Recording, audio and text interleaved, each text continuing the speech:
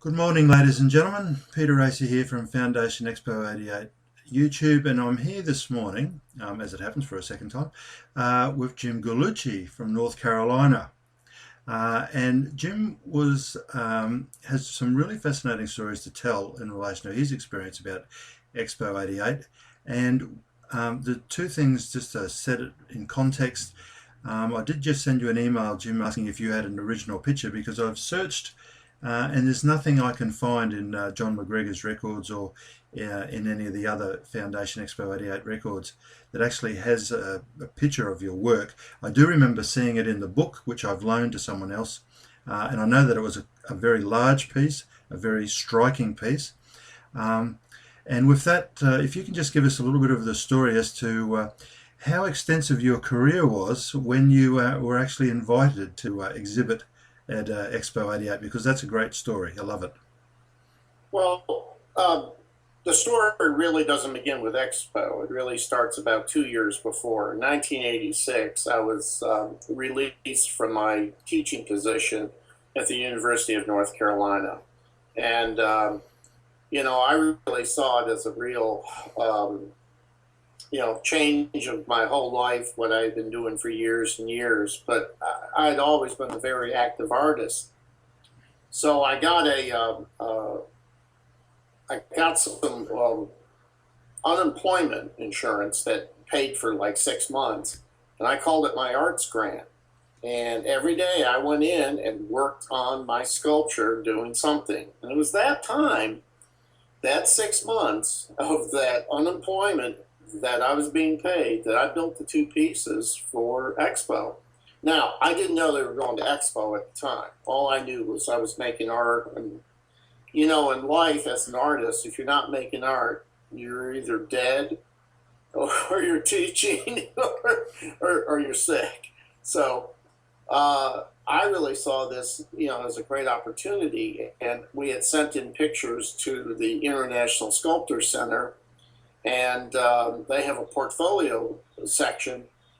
And the people in Brisbane for the expo saw the work and asked if I would be willing to send it to Australia for the show. I said, that'd be a great. And that person would have been John Truscott, I would have thought. Yes, that's right. It was John Truscott. Yes, gosh, all these names from 25 years ago. And I remember. Oh, of course, then it was a satellite phone conversation that probably cost $50 for 3 minutes. Unlike Skype. And it's a 2-second delay on top of it. So you say yes, and you're waiting to hear it, and then they start talking. Well, anyways. So I asked how much it was going to cost. I says, that's going to cost me a lot of money. I'm going to have to figure out. And he says, oh, no, don't worry about it. It's all paid for. It'll be all covered. Don't worry. So they came, picked up my two sculptures. Away they went. And next thing I know, they were at the expo in Brisbane. It was almost about a year later, I called up to see what was happening because we had to figure out a way to get them back. And they says, oh, good news, we purchased them. And I said, good news. I says, wow, that's ecstatic for me because I was able to go and buy a heater for my studio. For 6 years, we didn't have any heat in the studio. We had a wood stove and, oh my gosh, it was just, little electric heaters. And so, is that the same studio you're still working at? Oh, no, we've moved since then. Okay. We started we were actually in an old Civil War rifle factory. It was built in the 1840s. The roof leaked, the floors caved in, trains would go by, the wind would blow through it, the snow would blow through it. Character filled. Say that again? Character filled. Yeah, I built a lot of character there, yes, I did. But 8 years ago, we moved into our new facility, which you can probably see on the website. So when we found out we sold it, I told Kathy and my son Mario, I says, we're going to make a trip to Australia. And we went to Brisbane, and we visited Ayers Rock. And I got to go diving on the Great Barrier Reef, and it was just a wonderful experience. But what it really did more than, seeing Australia, it really helped launch my career. overnight, I became an international artist that sold to the country of Australia. Um, and we were able to, develop more artwork and continue on. It's what really kicked my career. And did you meet a fellow, Philip Bacon, who would have been the person who would have arranged the sale? Yeah, I met Philip and we were talking about sales, and I says, "Wow, it was so great that you guys bought it." And he goes, "Oh, Jim, you sold it way too cheap, just way too cheap."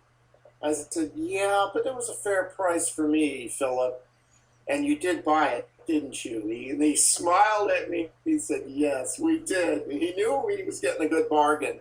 And, there was a good lesson to be learned there. You always price work that's really, fair for the market. And people understand it. On the other side of the world, people understood what a fair market price for a piece of art would be. And so that, I got more than just money. I got reputation. I got the opportunity to go to Australia. I got the opportunity to show internationally.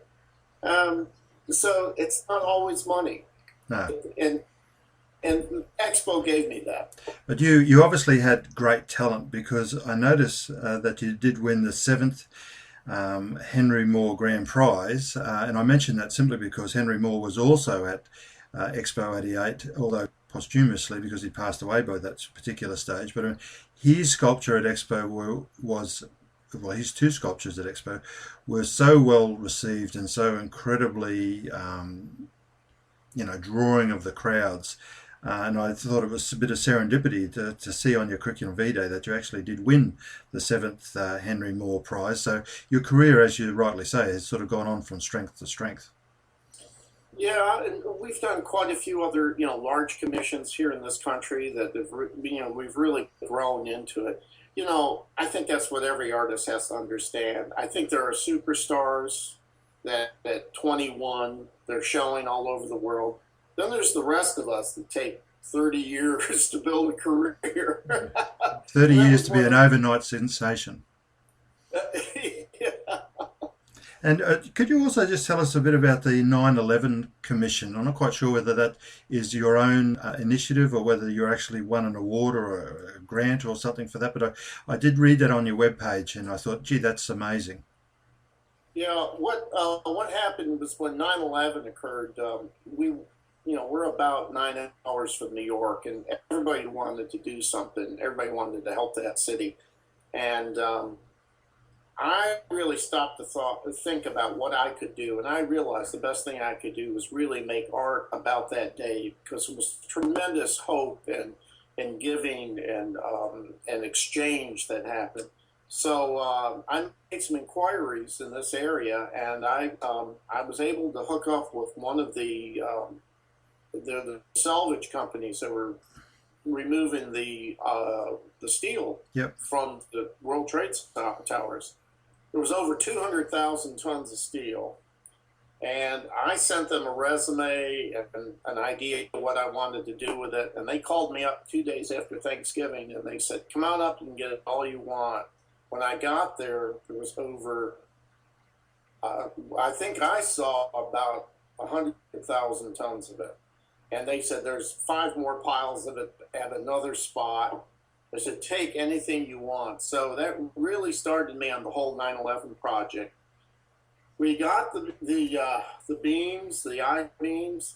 We got it on a truck and brought it back to North Carolina, and we created a nonprofit corporation. Basically, the beams are on loan, and we are stewards of them, and the whole purpose is to build a sculpture about the 9/11. Oh, wow. And if you look on the website, you'll see the models, you'll see that we use gates, and gates have really become the real forte of my work. Right after Expo, I really got into the whole gate motif and really developed it even more. And now we do quite a bit with gates. And you might want to explain, just for our listeners, that the gates are there for symbolic of interaction, aren't they? Yeah, it's like, gates are those places where your life begins or your life ends. You're a passage of time. They could be the symbol of the thing that has always happened and then was closed out. It could be this whole historical issues, that whole point in time that we look at. So for me, gates have become very symbolic. We really got started in gates with the Holocaust, and that all happened in 1986 also. Very strange time. For me, I lost my job, I lost my career, but yet I was still doing my art. I discovered the Holocaust, I discovered gates, I discovered Expo. Very strange time. I guess it was just a time that I was open to anything that, in a spiritual way, that was going to move my art down the road. And little do you realize what appears in front of you. True. And just talking about spiritual things, during your visit to Australia, you said you went to Ayers Rock, and as it happens, currently John McGregor, one of the co-hosts to the YouTube interviews, is actually at Uluru at Ayers Rock. So can you just give us a bit of a feel about the spiritual feel of Ayers Rock when you were there? Oh, when we got there, we just stopped and froze. First of all, it's no place else on earth is like Ayers Rock. And we went, to Uluru, and the sand, the colors, the Aborigine paintings on the walls, the handprints, and all that. I just stood there and I said, "This is a cathedral. There is a sacredness here. This is a special place. This is," and I know the Aborigines talk about this is the place life began, and you feel there's an essence there of something beginning there, and we still talk about it. It's really quite a place, and it's really neat. I love that the Aborigines are really bringing their traditions and really they're exchanging it, and I think we all need to understand that. Yeah, no, I think there's now a much greater appreciation in Australia of the original inhabitants. There's smoking ceremonies, the welcome to country ceremonies that is now almost mandatory at every time a politician gets up. I think it just connects us with the country. Jim, this time of year, it's probably appropriate to wind up with a Merry Christmas.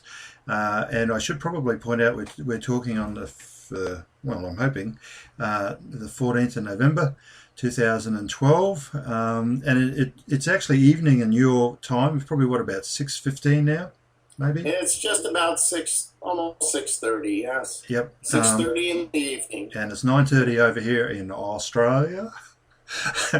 And it's been really great talking to you. And I will I will send off an email, and I'll actually attach, once this YouTube is loaded up, I'll attach the YouTube to it to Philip Bacon, and hopefully he can let us know where your piece is, and we can go and take some photos of it, and then we can catch up again, because I've really enjoyed talking to you. There's been such a great background, personal interest story of your involvement with Expo 88, and that's what this project is all about opening up the gates to people's understanding of how Expo came about, and the great creative drive that just flourished and was in abundance at Expo.